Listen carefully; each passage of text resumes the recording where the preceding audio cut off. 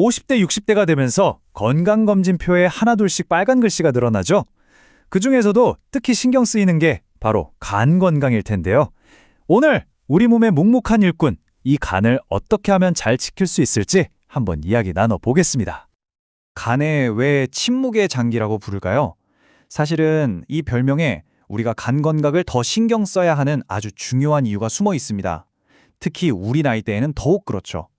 자, 그 이유를 지금부터 하나하나 짚어보겠습니다. 우리 몸을 하나의 큰 공장이라고 생각해 보세요. 간은 바로 그 공장의 핵심 부서들을 전부 책임지는 정말 바쁜 부장님 같은 존재입니다. 에너지를 만들고 저장하는 발전소 역할도 하고요. 우리가 먹는 음식, 술, 약 같은 것들에서 독소를 걸러내는 정화조 역할도 하죠. 또 외부에서 나쁜 균이 들어오면 맞서 싸우는 방어팀 역할까지. 정말 24시간 쉴 틈 없이 우리를 위해 일하는 거죠. 그런데 정말 무서운 게 뭔지 아세요? 이 묵묵한 일꾼은요, 자기가 절반 이상 망가질 때까지도 아프다는 소리를 거의 안 한다는 거예요. 그래서 나 좀 피곤한데? 소화가 안 되네? 하고 느꼈을 때는 이미 꽤 늦은 경우가 많다는 거죠. 그래서 간은요, 아프기 전에 미리 챙겨주는 게 정말 중요합니다. 자, 그럼 우리 간을 힘들게 하는 주범들은 대체 뭘까요? 아마 깜짝 놀라실 수도 있어요. 범인은 멀리 있는 게 아니라 바로 우리가 매일 먹는 음식, 그리고 평소의 작은 습관들 속에 숨어 있거든요. 예전에는 비형 간염 같은 바이러스 감염이 간 질환의 가장 큰 원인이었어요. 그런데 지금은 상황이 완전히 바뀌었습니다. 먹을 게 너무 풍족해진 시대잖아요. 이제는 술, 그리고 기름진 음식 때문에 생기는 지방간이 정말 무서운 속도로 늘어나고 있습니다. 그중에서도 특히 비알코올성 지방간이라는 게 있어요. 이름 그대로 술을 잘 안 마시는 사람한테 생기는 지방간인데요. 이게 요즘 가장 빠르게 늘고 있습니다. 원인은 바로 과잉 영양이에요. 너무 잘 먹어서 생기는 병인 거죠. 보통 보면 고혈압, 당뇨, 고지혈증, 이런 달인 성인병하고 같이 오는 경우가 아주 많습니다. 알코올성 간질환은 이름에서 바로 알 수 있죠. 이건 정말 정직하게도 내가 마시는 술의 양, 그리고 얼마나 자주 마시느냐에 따라서 결정됩니다. 술이 우리 몸에 들어오면 간이 이걸 분해하느라 정말 고생을 하거든요. 그 과정에서 간세포에 지방이 끼고 염증이 생기는 겁니다.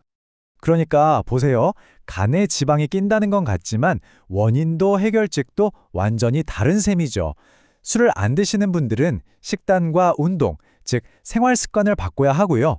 술 때문에 생긴 문제는 다른 것 다 필요 없이 무조건 금주가 답입니다. 한번 스스로 점검해 볼 필요가 있겠죠? 이게 정말 가슴 아픈 통계인데요.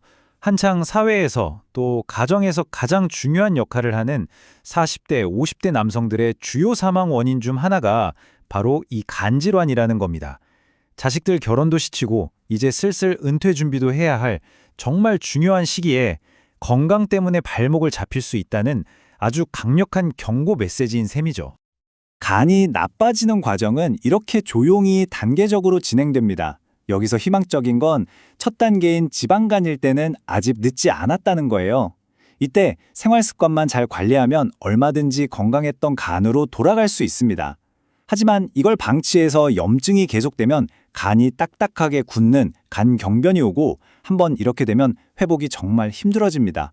결국 간암으로 가는 지름길이 될 수도 있고요. 우리가 하루라도 빨리 관리를 시작해야 하는 이유가 바로 여기에 있습니다. 자, 좀 무서운 얘기를 했는데요. 하지만 너무 걱정만 하실 필요는 없습니다.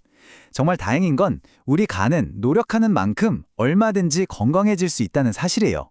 그럼 지금부터는 구체적으로 이 소중한 간을 어떻게 지킬 수 있는지 그 실천 방법을 알아보겠습니다. 어렵지 않습니다.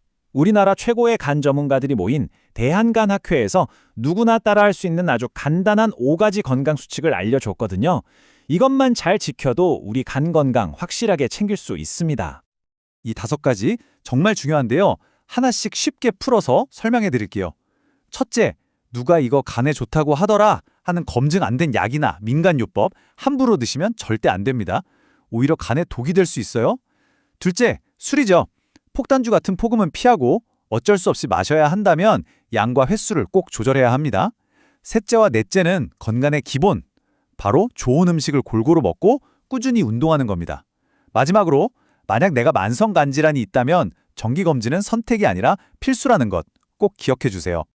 식단이라고 해서 너무 어렵게 생각하실 필요 없어요.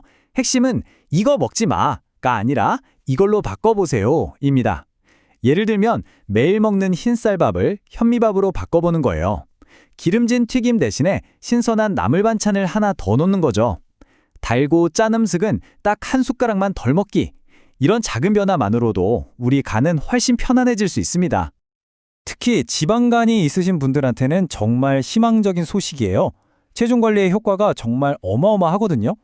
예를 들어서 내 몸무게가 지금 80kg이다. 그러면 무리하게 뺄 필요도 없어요. 딱 5에서 10%, 그러니까 4kg에서 8kg 정도만 감량해도 간에 껴있던 지방이 확 줄어드는 게 눈에 보일 정도입니다. 꾸준함이 정말 중요하겠죠? 결국 건강한 간을 지키는 것은 단순히 간 하나만을 위한 게 아닙니다. 우리 몸 전체의 건강과 활기찬 노후를 위한 가장 확실한 기초 공사인 셈이죠. 오늘 내가 실천하는 이 작은 습관 하나가 10년, 20년 뒤에 내 건강을 결정하는 최고의 투자가 될 겁니다.